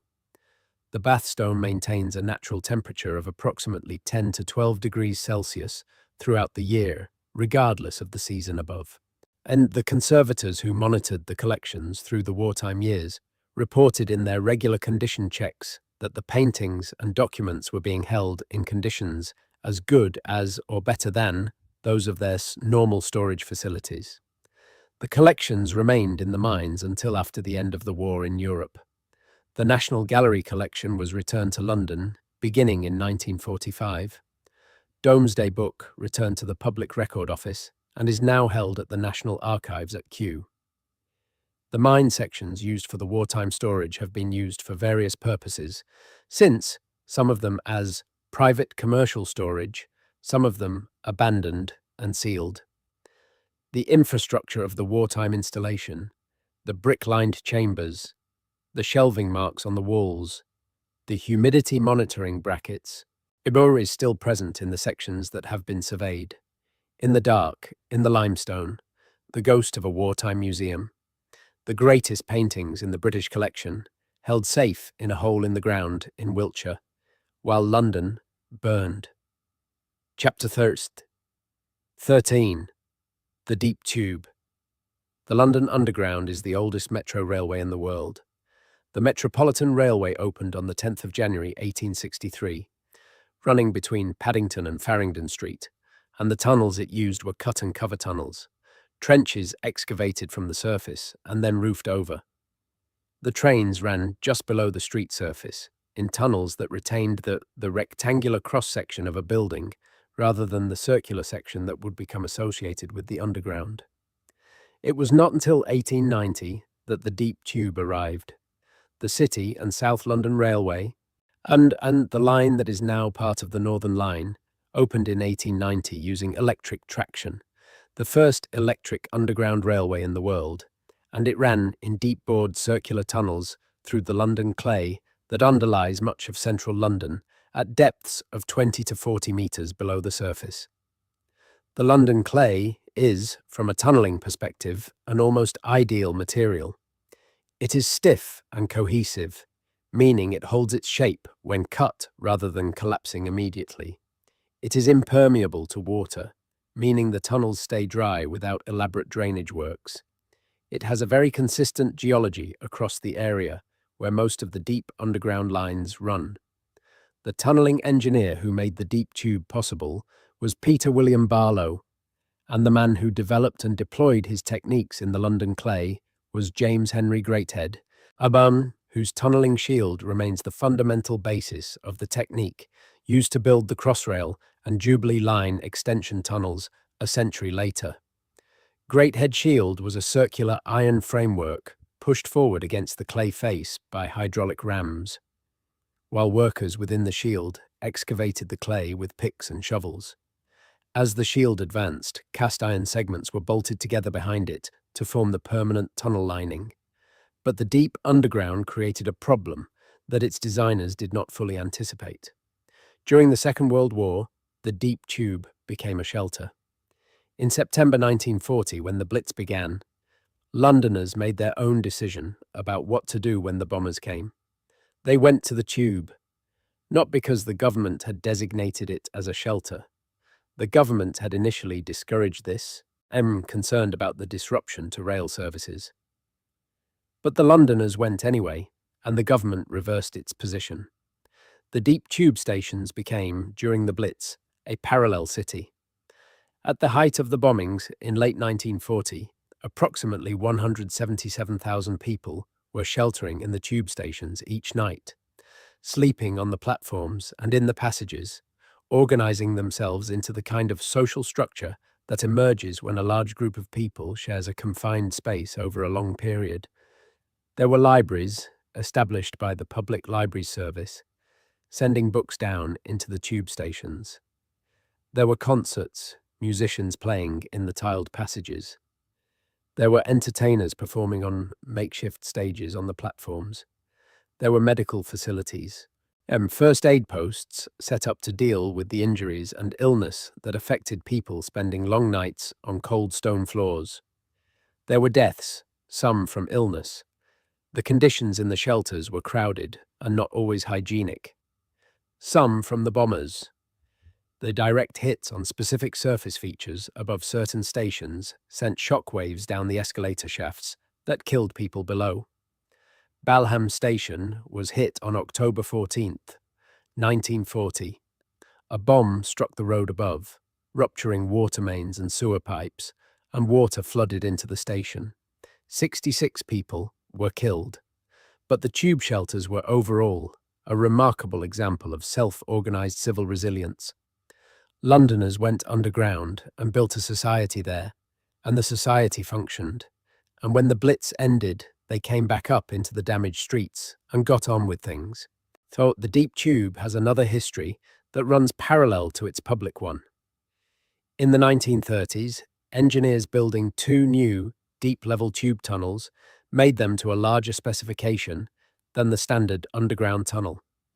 These tunnels, at sites including Chancery Lane, Goodge Street, Stockwell, and others, became during the Second World War a deep-level infrastructure parallel to the public underground, used by the military and civil government for communications, command, and shelter. The Goodge Street deep-level shelter, used by General Eisenhower as his advance headquarters before the D-Day landings, is one of the better documented examples. Eisenhower worked from these tunnels in the weeks before June 6, 1944, coordinating the largest amphibious invasion in history from a circular tube tunnel in central London. These deep-level tunnels are still there. Some of them are in commercial use, repurposed as data centers or document storage. Some of them are maintained against a purpose that has not yet been defined or has not yet arrived. The patience of the underground again, waiting in the dark, not forgetting what it has been built for. Chapter 14. What Lies Beneath. Still, the story of the underground world beneath Britain does not have an ending. This is not a story that arrives at a conclusion and closes. It is a story about accumulation, about the way time works differently underground than it does at the surface, about the way things put into the earth tend to stay there, to be preserved rather than destroyed, to wait rather than to vanish. Think about what we have covered tonight. The Roman hypocausts in their darkness, found still structurally sound after 2,000 years. The Viking organic material in the anaerobic soil of York, the leather and the wood and the textile preserved in the particular chemistry of a northern English buried ground. The Fleet and the Effra and the Tyburn, flowing in their culverts beneath London streets in the same direction, and at the same rate they flowed when the city was a Roman fort at a Thames ford. The Cornish mine tunnels in the granite under the Atlantic, their walls still marked with the tools of men who died a century ago. The bomb beneath the Belgian field, packed and patient. Burlington in the limestone, the underground city that was built for a catastrophe that did not quite come. Its lake reflecting the lights that no longer burn in its empty offices. These things are still there tonight, all of it. The geological and the human and the military and the industrial and the ceremonial and the desperate, all layered together in the ground beneath an island that has been occupied continuously for tens of thousands of years, laid down in sequence, like pages in a book. The newest pages at the top and the oldest pages at the bottom. The full text of a history that the surface version of the country only partially reads. There is more, of course. There always is. Beneath Edinburgh, beneath the tenements of the Royal Mile, there is a street that was built over in the early 18th century and preserved almost intact beneath the buildings that rose above it. Mary King Close, a medieval and early modern residential street, was incorporated into the foundations of the Royal Exchange, now called the City Chambers, Mars. When it was built in the 1750s, the rooms of the old buildings becoming storage and service spaces for the building above. The people who lived there in the 17th century, through the plague outbreaks that hit Edinburgh in 1645, left behind a material record of their daily lives that is preserved in the rooms below the street. A child doll, abandoned in a corner and somehow never moved. It is still there. Beneath the Yorkshire market town of Pontefract, a network of medieval tunnels connects the castle to the priory that once stood outside the town walls, constructed by the monks for passage between the two institutions and used, as the historical record suggests, for purposes that were not always strictly devotional. The tunnels are partially accessible today, partially blocked by the accumulated debris of centuries. Hence, beneath the streets of Bath, not far from the Roman baths, there is a Georgian pleasure garden, the Sydney Gardens, and beneath Sydney Gardens there is a railway tunnel, one of Isambard Kingdom. Brunel Great Western Railway Tunnels, built in 1840 through the hill on which the garden sits. Brunel decorated the portals of the tunnel in an Egyptian style, massive stone entrances designed to reassure nervous early railway passengers who had never before entered a long tunnel on a moving vehicle and who needed to be convinced that this was not a terrible way to travel. The portals are still there. The tunnel is still in use. Intercity trains pass through it every hour, as they have been doing for over 180 years. Beneath Shrewsbury, a medieval town on a meander of the River Severn, Sabart, there are caves in the sandstone beneath the town that were used in the medieval period as dwellings and in the early modern period as pubs and tanneries. One of them was used as a bear pit for the baiting of bears, an entertainment that strikes us now as barbaric, but that was popular across Britain from the medieval period until the 19th century. The cave cut for this purpose is still there beneath the town. Beneath the Lake District, beneath the fells of Cumbria, there is the Honister slate mine at the head of Borrowdale, still working, the only working slate mine in England. And in the same Cumbrian geology, though at an entirely different depth and for an entirely different purpose, there is an ongoing investigation into the feasibility of creating a deep geological repository for nuclear waste, and a facility to be cut from the stable igneous rocks of the region at depths of hundreds of meters, designed to hold the most dangerous waste products of the nuclear industry for a period of 100,000 years. 100,000 years. Think about that scale against the scales we have been considering tonight. The Roman hypocaust was built 2,000 years ago. Cheddar Man was buried 10,000 years ago. The Grimes Graves flint mines were worked 4,700 years ago. The Paleolithic flint tools under London are 60,000 years old. 100,000 years is longer than all of those. The designers of the deep geological repository have been confronted with a challenge that has no precedent in human history. How do you communicate a warning to people living 100,000 years from now? Funny, human languages change beyond recognition in 2,000 years. English, as it is written tonight, would be incomprehensible to a person from 1,000 years ago. Written symbols change and are forgotten. There is no guarantee that any symbol we devise tonight would be recognized or correctly interpreted by a person living in the year 100 and 2026.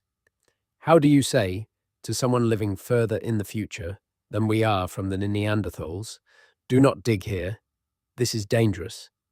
This question has not been fully answered. The repository has not been built. But the question is being seriously considered, with the same seriousness that Bazalgette brought to the sewer problem, and that Greathead brought to the tunnelling problem, and that the Burlington planners brought to the bunker problem. 12. The underground requires that kind of seriousness. It is not a casual space. It is a space where things last, where consequences persist, where the timescales of human action suddenly become legible against the geological timescales of the rock that holds them. You can see this in the way the Romans built their hypocausts, with precision and care and materials chosen for durability. You can see it in the way Bazalgette built his sewers, oversized and overbuilt, prepared for a future he was not certain of. You can see it in the way the miners of Dol Coath worked in the dark, a kilometre below the Atlantic, following the tin lode into the granite with the knowledge that the granite they were working was older than any human reckoning. When you go underground, you are in the company of deep time. Or you are in the same space that the water has been moving through for millions of years, the same space that the Neolithic miners worked in, the same space that the monks of the medieval period carved and built in, the same space that the war planners of the 20th century hid in. All of that time is present, simultaneously in the underground, because the underground does not erode and forget in the way that the surface does. The surface is always being changed, always being washed and blown and built over and demolished and renewed. The underground changes too, but slowly. So slowly that on the human scale, it might as well be permanent. This is why, I think, underground spaces affect people in the way they do. It is not just the darkness or the silence or the enclosed space. Though all of those things play a role, it is the time. You can feel the time in an underground space. You can feel the weight of all the centuries that have accumulated above you, all the generations of people who lived and worked and worried on the surface while the underground was unchanged beneath them. And you can feel the smallness of your own moment against that accumulation. This is not a frightening feeling, or not only that, it is, for many people who have described it, a clarifying feeling, a feeling of proportion, of understanding where you actually are in the scheme of things, not the central figure in a story that began with your birth and will end with your death, but one moment in a very long sequence of moments, one layer in a very deep accumulation of layers, briefly conscious on the surface of an old world. The underground is patient with this. It holds the record of all the layers, without favouring any of them. Roman and Viking and medieval and Victorian and wartime and modern, all held equally in the rock and clay and chalk and limestone. All of it still there, tonight. Beneath your feet if you are on the island, and otherwise in your imagination, which is where most of the underground has always lived for most of the people who have thought about it. In the dark place, at the edge of the known world, where things go when they are put away and do not come back, unless someone digs for them, unless someone breaks through and holds up a light, and finds, in the brightness, that the dark has been keeping everything, exactly as it was, exactly as it was left. Chapter 15. Smugglers, Priests, Abenun and the Secret Passages. Not all of Britain's underground world was built by engineers following plans, or miners following loads, or government planners preparing for catastrophe. Some of it was built at night, in secret, by people who needed it to exist and who were not in any position to advertise what they were doing. Britain has a long tradition of underground spaces built specifically to evade authority. The most organized and the most extensive of these are the priest holes, the hiding places constructed in English Catholic houses during the period of religious persecution that followed the Reformation. Between roughly 1559 and the early 17th century, it was illegal in England to practice the Catholic faith, to harbour Catholic priests, or to perform the Catholic Mass. The penalties were severe. I'm priest caught saying Mass could be executed. Householders who sheltered them could face fines, imprisonment, or death. The practice of Catholicism in England during this period required secrecy as a survival strategy, and secrecy required architecture. The man most associated with the construction of priest holes is Nicholas Owen, a Jesuit lay brother born around 1562, who spent more than 2 decades in the service of the Catholic underground, travelling between the great houses of Catholic families and constructing hiding places of extraordinary ingenuity. Owen worked alone or with minimal assistance, preferring to keep the knowledge of his constructions confined. He built at night when possible.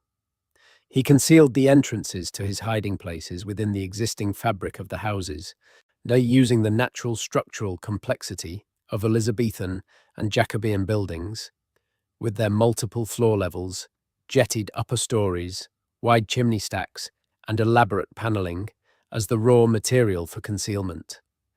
The priest holes he built were not simply cavities in the wall. They were engineered spaces, often with ventilation shafts to prevent suffocation during extended concealment, sometimes with access to water for priests who might need to remain hidden for days. They were designed to withstand systematic search by experienced pursuivants, the government officers whose job was to find exactly these kinds of hidden spaces. The pursuivants used techniques that would be recognizable to any modern investigator. They measured the internal dimensions of rooms against the external dimensions of the house. Looking for discrepancies that indicated a hidden space, they sounded walls and floors with mallets, listening for the hollow note that indicated a void behind. They pulled up floorboards and removed panels. Owen hid his spaces so well that many of them were not found for centuries. Harvington Hall in Worcestershire, a moated manor house that was the home of the Catholic Pakington family during the Elizabethan period, contains at least 7 priest holes, a remarkable density that reflects both the danger of the period and the skill of whoever built them. One of them, behind the false floor of a garderobe, a medieval indoor toilet, was used because Owen understood that pursuivants were unlikely to linger in such a location. Another, accessed through a hinged step in a staircase, was so well concealed that it was not discovered until the 20th century. A third requires the removal of a section of panelling that appears to be structural, to reveal a shaft descending between the floor levels of the house. Owen was eventually betrayed and captured in 1606, During a government raid on Hindlip Hall in Worcestershire, another house built with multiple priest holes, he was taken to the Tower of London and tortured. He died in the Tower in 1606 under circumstances that remain disputed. He was beatified by Pope Paul VI in 1970 and canonized by Pope Paul VI in the same year as one of the 40 martyrs of England and Wales. The priest holes he built are still there. The house at Harvington is open to the public, and visitors can peer into several of the hiding places, though typically not enter them, and try to imagine a human being folded into that space in the dark, listening to the sound of searchers on the other side of the panelling, the creak of boots on floorboards, the thump of a mallet testing the wall. The silence of those spaces now is absolute and comfortable. The silence of those spaces in use must have been something else entirely.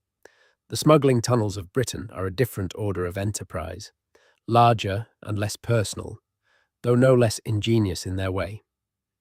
The 18th century was the great age of British smuggling, and the reason was simple economics. The government imposed heavy customs duties on a wide range of imported goods, particularly on tea, brandy, tobacco, and silk.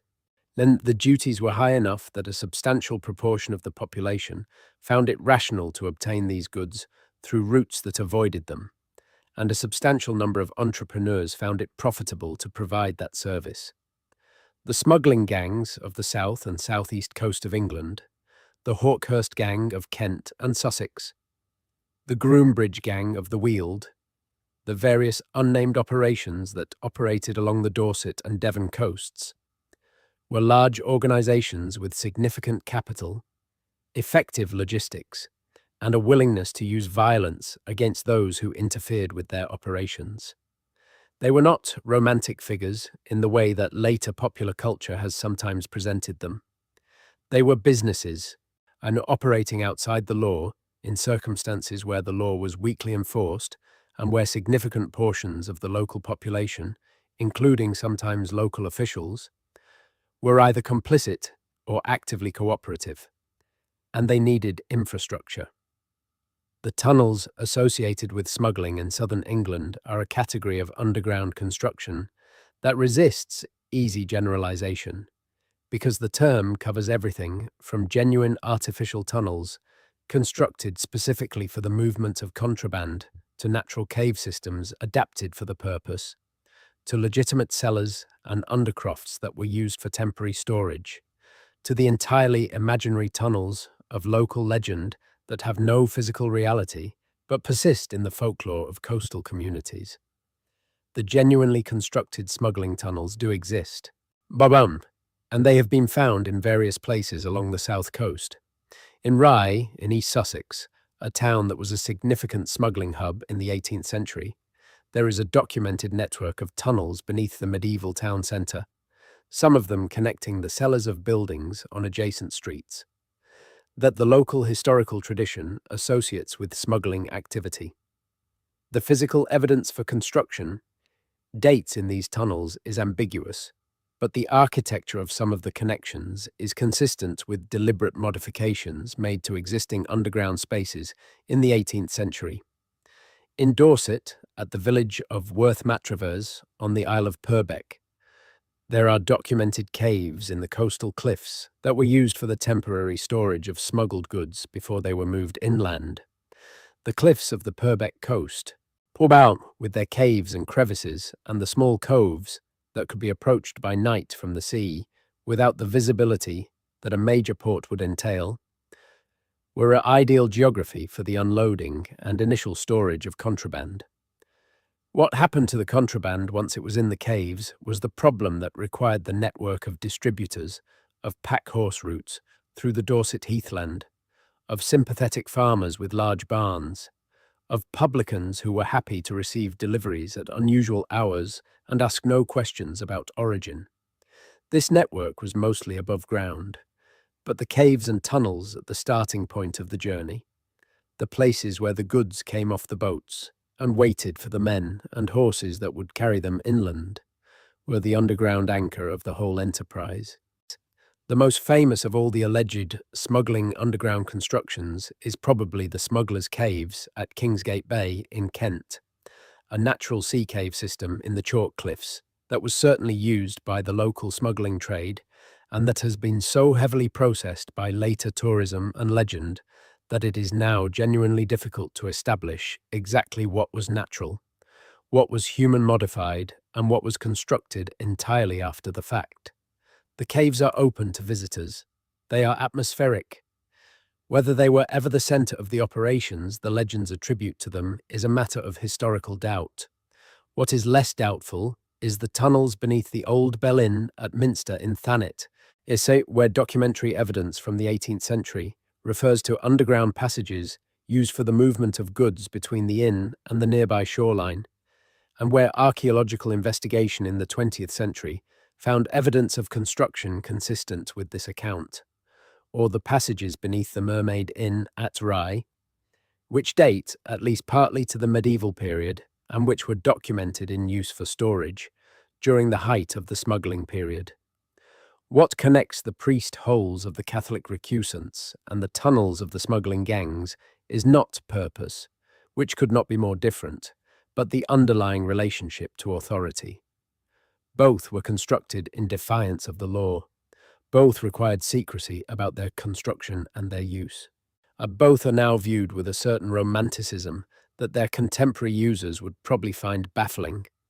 The priest in the Garderobe Priest Hole at Harvington was not engaged in a romantic adventure. He was trying not to be killed. The smuggler, pushing a bale of tea into a coastal cave at 2 a.m, was not a colourful buccaneer. He was running a business that his community depended on and that his government was trying to shut down. The underground does not judge. It holds both equally in the dark. This is one of the most important things about Britain underground heritage, if we want to use that rather grand term for the aggregate of all the buried and hidden and forgotten things we have been discussing tonight. The underground is not a curated collection. It is not organized by significance or by morality or by the hierarchies of the surface world. The hippocaust of a Roman senator and the hiding hole of a persecuted priest and the brandy cache of an 18th century criminal are all preserved with equal indifference by the earth that holds them. They are all there, in the dark, waiting to be found. Most of them never will be found. Most of the underground world beneath Britain is not accessible, not surveyed, not known about by anyone currently living. The caves that have never been entered since the last person who knew about them died. The priest holes that were built so well, they have never been found even by the modern owners of the houses that contain them. The smugglers, tunnels that collapsed in the 19th century and are now sealed under a car park. The Roman rooms that have never been excavated because the field above them is still farmed and the farmer has never noticed the soil anomaly in the far corner that might, if investigated, be the corner of a hypercore system still intact 3 feet below the plough line. All of that is down there tonight. All of that patient dark. Waiting. Chapter 16. The Iron Age Hill Fort and What Lies Beneath. Before we arrive at the end of this long journey through the underground, there is one more layer we should acknowledge. A layer that goes deeper than the Romans, deeper than the Bronze Age, back to the Iron Age communities that occupied Britain in the centuries before the legions arrived. The hill forts of Britain are among the most visible ancient monuments in the landscape. Maiden Castle in Dorset, the largest hill fort in Europe, and its multiple rampart lines spreading across a natural hill like the concentric rings of a ripple frozen in chalk and earth. Cadbury Castle in Somerset, which local legend has insisted since at least the 16th century was the site of Camelot, the court of King Arthur. Danebury in Hampshire, excavated systematically over a 20-year period and yielding more information about Iron Age daily life than almost any comparable site in Northern Europe. These are prominent, unmistakable features of the British landscape, their earthworks still readable from miles away after 2,500 years.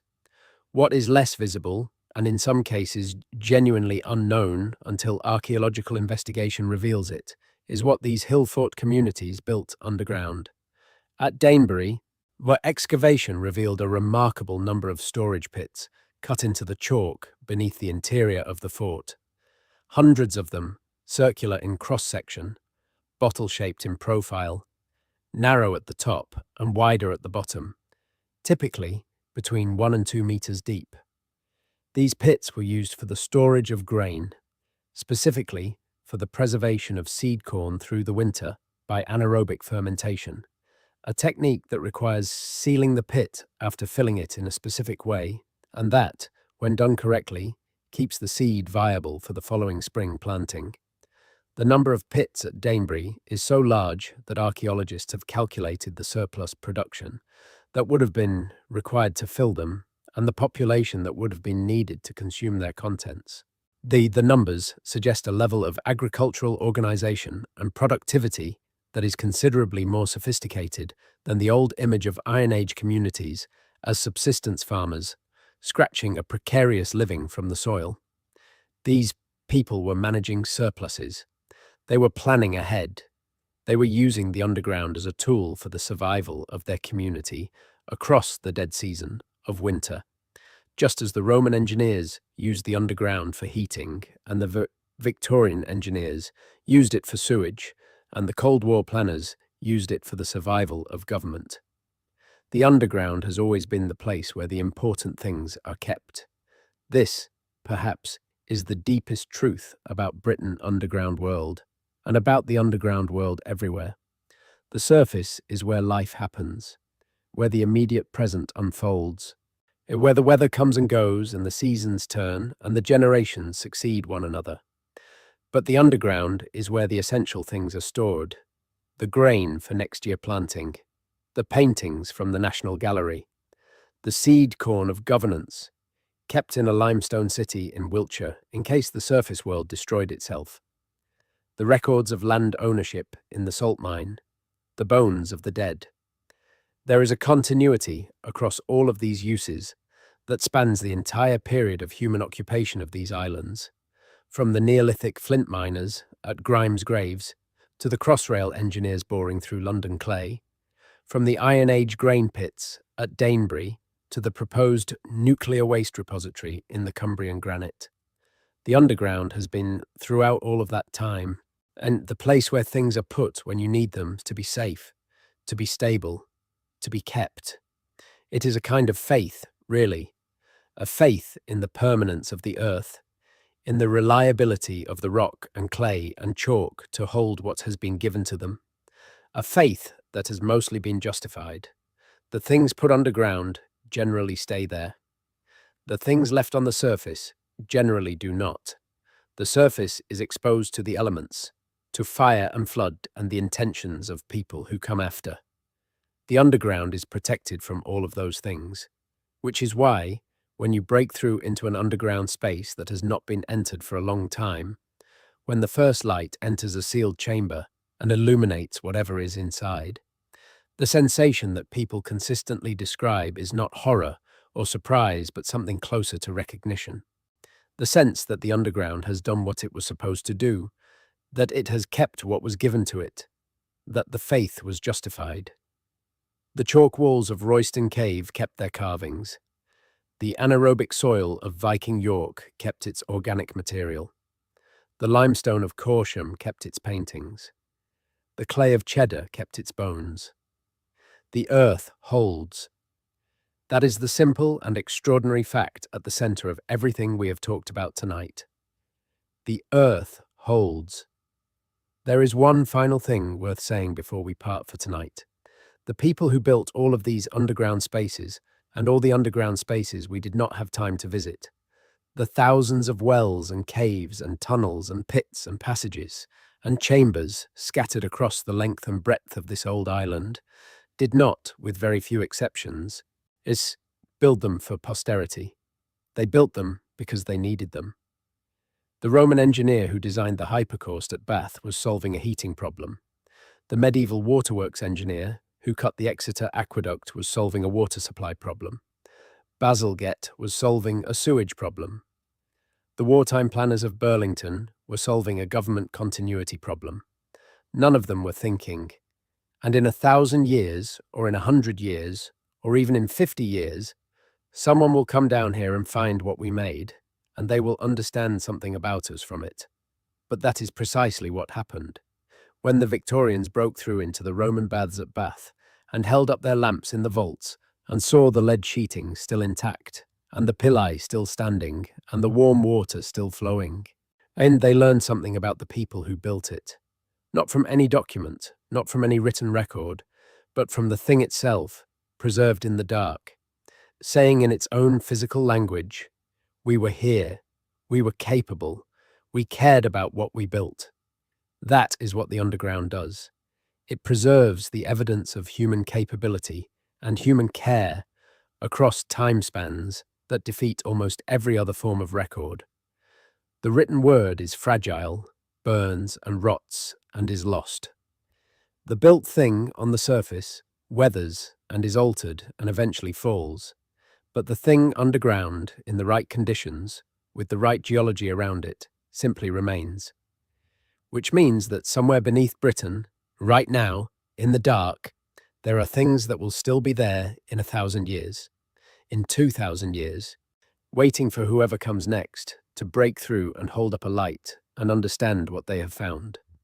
The underground is patient in a way that we are not. It can wait. Somewhere beneath Britain tonight, water is moving in the dark.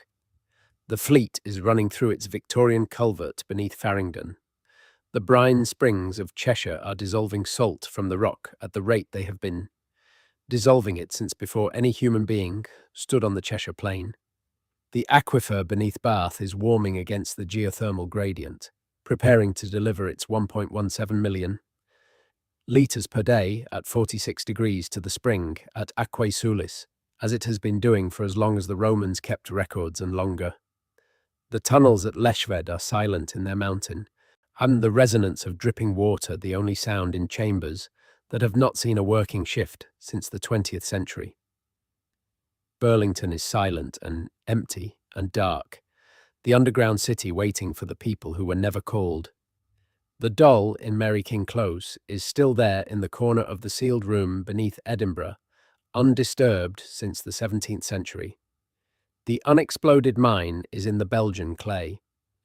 The Paleolithic flint is in the archive, and all the layers of everything else are in the earth, from the Roman to the modern, stacked in their correct geological order, the newest at the top and the oldest at the bottom, the whole text of the island history written in the ground.